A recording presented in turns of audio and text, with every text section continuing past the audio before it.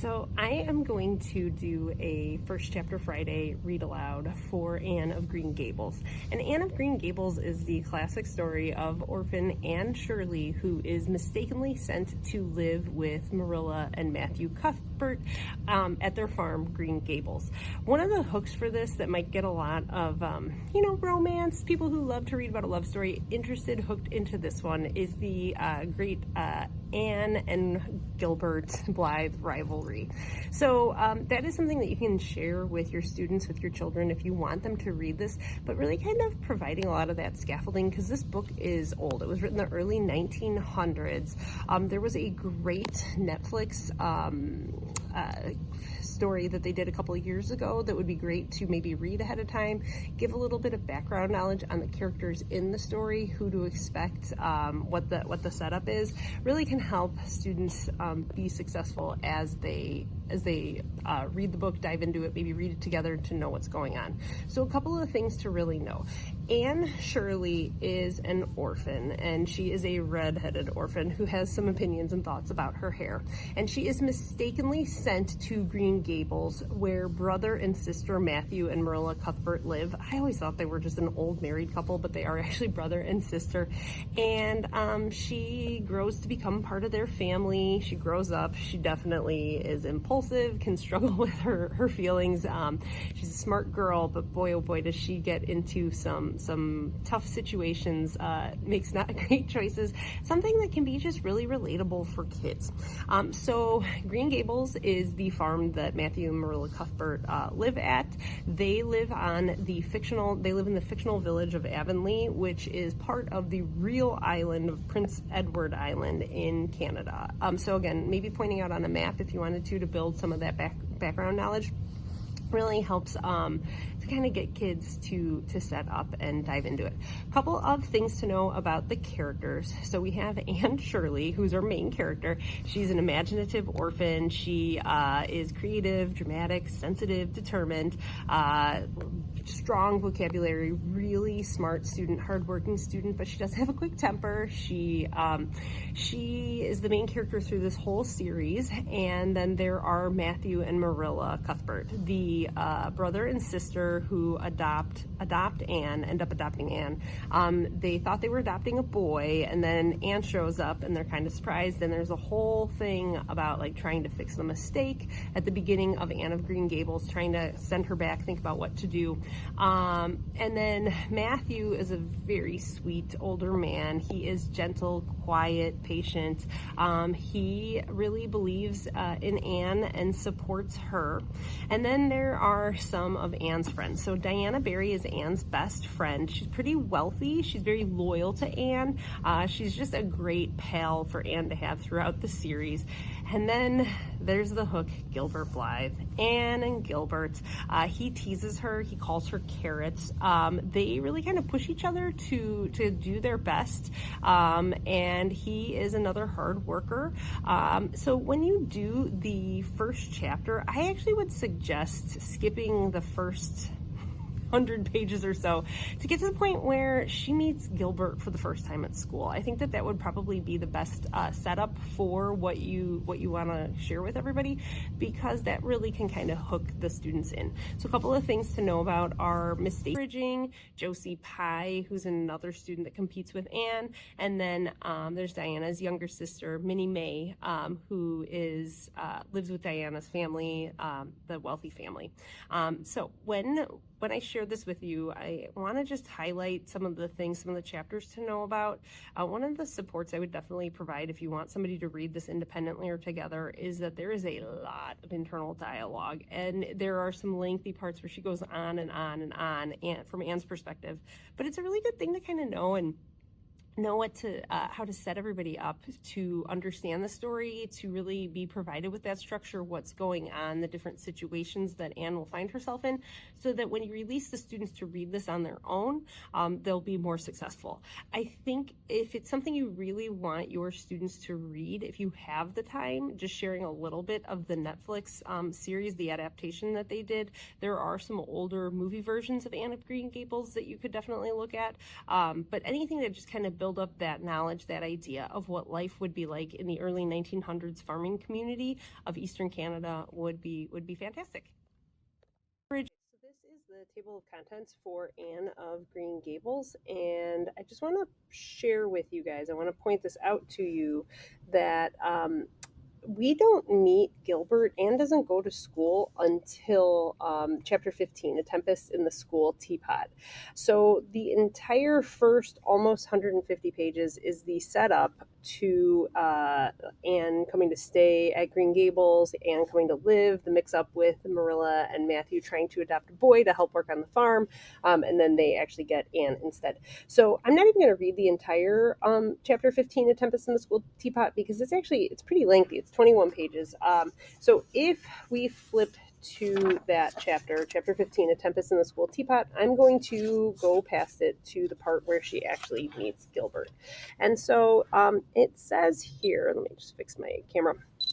The Avonlea School was a whitewashed building, low in the eaves and wide in the windows, furnished inside with comfortable, substantial, old-fashioned desks that opened and shut, and were carved all over their lids with the initials and hieroglyphics of 3 generations of school children. So what this description is sharing so far is that this is an old school building. It's a one-room school building that has old furniture, and kids have just kind of like doodled for years and years and years on the desks that they have.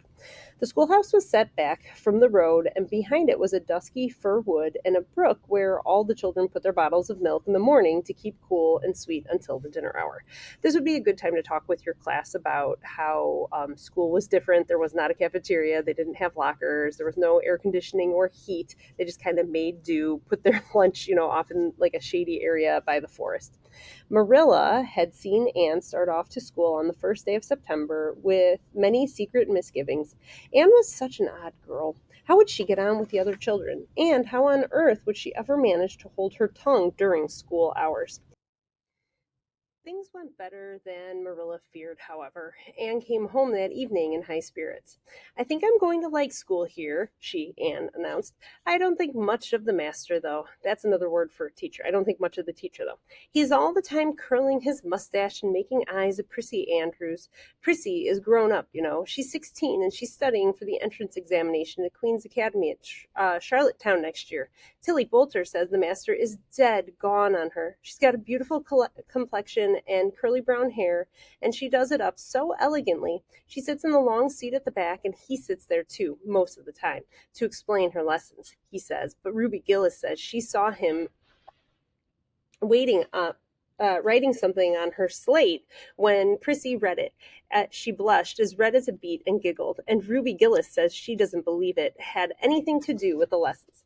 So what we can infer here is that the teacher, who Anne refers to as the master, has a crush on Prissy Andrews, and when they say that he's dead gone on her, it means he has a crush on her, and he's paying a lot of attention to this 16-year-old girl. Nowadays, this would not be appropriate at all. It wasn't super appropriate back then, but it was maybe slightly more acceptable. But he is not teaching the others because he has such a crush on Prissy Andrews.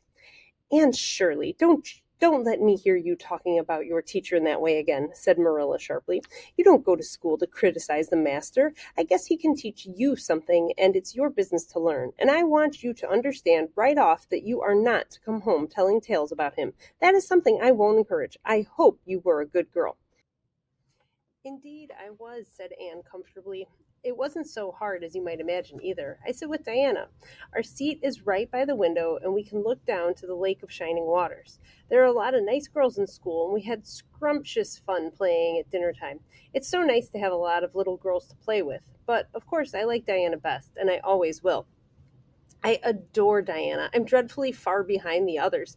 They're all in the 5th book, and I'm only in the 4th. I feel that it's kind of a disgrace, but there's not one of them that has such an imagination as I have, and I soon found that out. We had reading and geography and Canadian history and dictation today. Mr. Phillips said my spelling was disgraceful, and he held up my slate so that everybody could see it, all marked over. I felt so mortified, Marilla. He might have been politer to a stranger, I think. Ruby Gillis gave me an apple, and Sophia Sloane lent me a lovely pink card. May I see you home with May I see you home on it. I'm to give it back to her tomorrow. And Tilly Bolter let me wear her bead ring all the afternoon. Can I have some of those pearl beads off the old pincushion and Garrett to make myself a ring? And oh, Marilla, Jane Andrews told me that Minnie McPherson told her that she heard Prissy Andrews tell Sarah Gillis that I had a very pretty nose. Andrews tells Sarah Gillis that I had Minnie McPherson told her that she heard Prissy Andrews tell Sarah Gillis that I had a very pretty nose. Marilla, that is the first compliment I have ever had in my life, and you can't imagine what a strange feeling it gave me. Marilla, I have a really pretty nose? I know you'll tell me the truth. Okay, so I want you to notice this was just one long just outburst by Anne about like her processing her day, her noticing her things. A couple of things that she shared that I think just helped to kind of understand the story here. She feels like she met a lot of friends in the story. Mr. Phillips is the teacher. They keep referring to the master. He's not nice to Anne. He said her spelling was disgraceful. He makes her feel bad. And then when he had her hold up her slate, that's like the old timey version of a dry erase board. They don't have chalkboards. There's not a whole lot of materials that they have. And so a slate is like a little mini kind of chalkboard that they can write their answers to share. Your nose is well enough, said Marilla shortly. Secretly, she thought Anne's nose was a remarkably pretty one, but she had no intention of telling her so. That was 3 weeks ago, and all had gone smoothly so far. And now, this crisp September morning, Anne and Diana were tripping blithely down the birch path, two of the happiest little girls in Avonlea. I guess Gilbert Blythe will be in school today, said Diana. He's been visiting his cousins over in New Brunswick all summer, and he only came home Saturday night. He's awfully handsome, Anne, and he teases the girls something terrible. He just torments our lives out. So the important thing to know is that school that happened back then doesn't really track how much people attend or not. So the fact that it's been 3 weeks since Anne started school and Gilbert Blythe hasn't been there, that just kind of happened back then, where people miss school and they just kind of catch up. Because again, this happened over 100 years ago. It just kind of was the way that school was back then. Diana's voice indicated that she rather liked having her life tormented out than not. Gilbert Blythe, said Anne. Isn't it his name that's written up on the porch wall with Julia Bell's and a big take notice over them? Yes, said Diana, tossing her head, but I'm sure he doesn't like Julia Bell so very much. I've heard him say he studied the multiplication table by her freckles. Oh, don't speak about freckles to me, implored Anne. It isn't delicate when I've got so many, but I do think that writing take notices up on the wall about the boys and girls is the silliest ever. I should just like to see anybody dare to write my name up with the boys. Not, of course, she hastened to add, that anybody would. Anne sighed. She didn't want her name written up, but it was a little humiliating to know that there was no danger of it. So this is one of those things where apparently when people like each other or the gossip or talking about who likes who, they would write their name up on this wall. So apparently Gilbert Blythe, a lot of the girls like him, and he was most recently connected with Julia Bell's name on this notice. Nonsense, said Diana, whose black eyes and glossy tresses had played such havoc with the hearts of Avonlea schoolboys that her name figured on the porch walls in half a dozen take notices.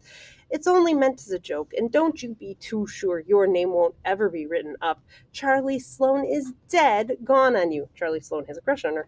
He told his mother, mind you, that you were the smartest girl in school. That's better than being good-looking. No, it isn't, said Anne, feminine to the core. I'd rather be pretty than clever, and I hate Charlie Sloane. I can't bear a boy with goggle eyes. If anyone wrote my name up with his, I'd never get over it. Diana Barry, but it is nice to keep head of your class. You'll have Gilbert in your class after this, said Diana, and he's used to being head of his class, I can tell you. He's only in the 4th book, although he's nearly 14. 4 years ago, his father was sick, and he had to go out to Alberta for his health, and Gilbert went with him. They were there 3 years, and Gil didn't go to school hardly any until they came back. You won't find it so easy to keep head after this, Anne. So Diana's giving a little backstory on Gilbert because a couple years ago, Gilbert's dad got sick. Gilbert traveled further away to Alberta, Canada, with him to take care of him, to make sure he was okay.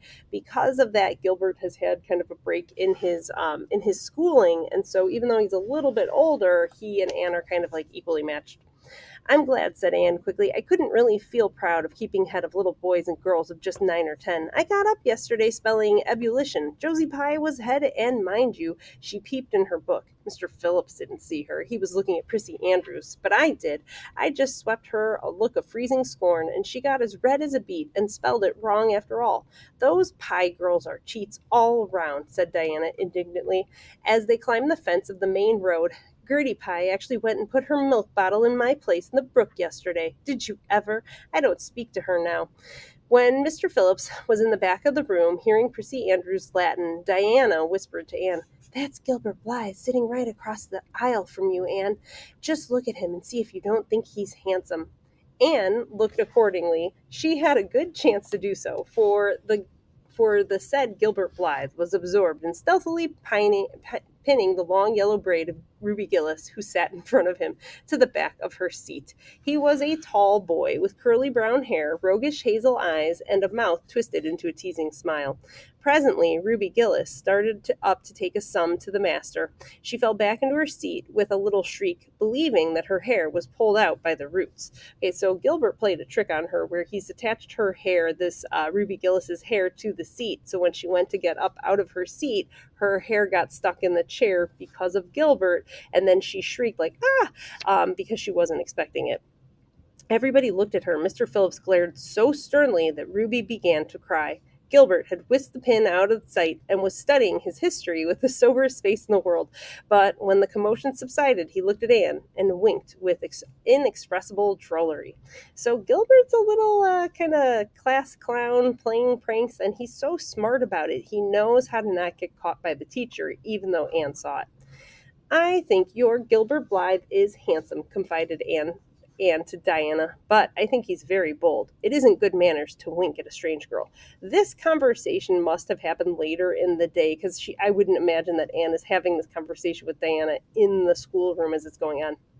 But it wasn't until the afternoon that things really began to happen. Mr. Phillips was back in the corner explaining a problem in algebra to Prissy Andrews, the one that he has a crush on, and the rest of the scholars were doing pretty much as they pleased, eating green apples, whispering, drawing pictures on their slates, and driving crickets, harnessed to strings, up and down the aisle.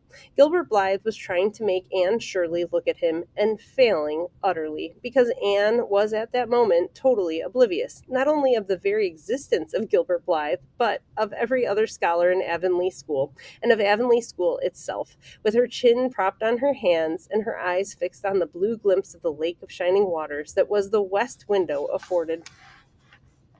She was far away in a gorgeous dreamland, hearing and seeing nothing save her own wonderful visions. Gilbert Blythe wasn't used to putting himself out to make a girl look at him in meeting with failure. She should look at him, that red-haired Shirley girl with the little pointed chin and big eyes that weren't like the eyes of any other girl in Avonlea School. Gilbert reached across the aisle, picked up the end of Anne's long red braid, held it out at arm's length, and said in a piercing whisper, "Carrots! Carrots!" Then Anne looked at him with a vengeance. Okay, so Gilbert sounds like he maybe has a little crush on Anne, or he's at least interested in getting Anne's attention, but Anne is so focused at this point on learning her own thing that he doesn't know what to do because he's used to having the attention of all the girls in school. So the fact that he's saying carrots to Anne, this hurts her feelings. This is very bothersome to her because of her red hair. He thinks he's kind of doing what he needs to do to get her attention, but he kind of picked what feels like at the moment the worst word to possibly say, the worst nickname to call her. But this is something to really show their back and forth, their kind of feelings towards one another over time. She did more than look. She sprang to her feet, her bright fancies fallen into cureless ruin. She flashed one indignant glance at Gilbert from eyes whose angry sparkle was swiftly quenched in equally angry tears. "You mean, hateful boy!" she exclaimed passionately. "How dare you!" And then, thwack! Anne had brought her slate down on Gilbert's head and cracked it, the slate, not his head, clear across. Avonlea School always enjoyed a scene. This was an especially enjoyable one. Everybody said, "Oh," in horrified delight. Diana gasped. Ruby Gillis, who was inclined to be hysterical, began to cry. Tommy Sloane let his team of crickets escape him altogether while he stared open-mouthed at the tableau. Mr. Phillips stalked down the aisle and laid his hand heavily on Anne's shoulder. "Anne Shirley, what does this mean?" he said angrily. Anne returned no answer. It was asking too much of flesh and blood to expect her to tell before the whole school that she had been called carrots. Gilbert it was who spoke up stoutly. "It was my fault, Mr. Phillips. I teased her." Mr. Phillips paid no heed to Gilbert. "I am sorry to see a pupil of mine displaying such a temper and such a vindictive spirit," he said in a solemn tone, as if the mere fact of being a pupil of his ought to root out all evil passions from the hearts of small, imperfect mortals. "Anne, go and stand on the platform in front of the blackboard for the rest of the afternoon." Okay, so the important thing to remember, because this was 100 years ago, over 100 years ago, when kids got in trouble, bad things happened. So there wasn't detention. Her punishment is to stand at the blackboard, just stand there for hours and hours. Gilbert, I think, feels kind of bad that he got such a reaction out of her, which is why he said it was his fault. But Anne was the one that hit him on the head with her little chalkboard and smacked him on the head. Anne would have infinitely preferred a whipping to this punishment. She would rather have gotten spanked or hit, under which her sensitive spirit quivered as from a whiplash. With a white, set face, she obeyed. Mr. Phillips took a chalk crayon and wrote on the blackboard above her head. So she's standing in front of the class, and here's what the teacher's writing. "Anne Shirley has a very bad temper. Anne Shirley must learn to control her temper," and then read it out loud so that even the primer class, the younger kids, who couldn't read writing, should understand it. Anne stood there the rest of the afternoon with that legend above her. She didn't cry or hang her head. Anger was still too hot in her heart for that, and it sustained her amid all her agony of humiliation. With the resentful eyes and passion-red cheeks, she confronted alike Diana's sympathetic gaze and Charlie Sloane's indignant nods and Josie Pye's malicious smiles. As for Gilbert Blythe, she would not even look at him. She would never look at him again. She would never speak to him. When school was dismissed, Anne marched out with her red head held high. Gilbert Blythe tried to intercept her at the porch door. "I'm awfully sorry I made fun of your hair, Anne," he whispered contritely. "Honest I am. Don't be mad for keeps now." Anne swept by disdainfully without a look or sign of hearing. She's pretending he doesn't exist. "Oh, how could you, Anne?" breathed Diana as they went down the road, half reproachfully, half admiringly. Diana felt that she could never have resisted Gilbert's plea. "I shall never forgive Gilbert Blythe," Anne said firmly. "And Mr. Phillips spelled my name without an E, too. The iron has entered into my soul, Diana." Diana hadn't the least idea what Anne meant, but she understood it was something terrible. "You mustn't mind Gilbert making fun of your hair," she said soothingly. "Why, he makes fun of all girls. He laughs at mine because it's so black. He called me a crow a dozen times, and I never heard him apologize for anything before either." "There's a great deal of difference between being called a crow and being called carrots," said Anne with dignity. "Gilbert Blythe has hurt my feelings excruciatingly, Diana. It is possible that the matter might have blown over without more excruciation, if nothing else had happened. But when things begin to happen, they are apt to keep on." All right, so you can go ahead and continue to read about Anne, Diana, Gilbert, and their life in Avonlea. This chapter, where she first meets Gilbert, is chapter 15, A Tempest in the School Teapot. If you want people to successfully read this, I would definitely just share a lot of Anne's kind of like monologuing for pages and pages and pages, because it can be a lot. The first part is set up with Anne getting adopted by Marilla and Matthew, and then kind of like easing into her life. It is a great series to share if you find that there are students who are looking for that kind of like a little bit of a love story. This is a really great one to pass on to students to share. So Anne of Green Gables by L.M. Montgomery, the first in a series. I hope you enjoy.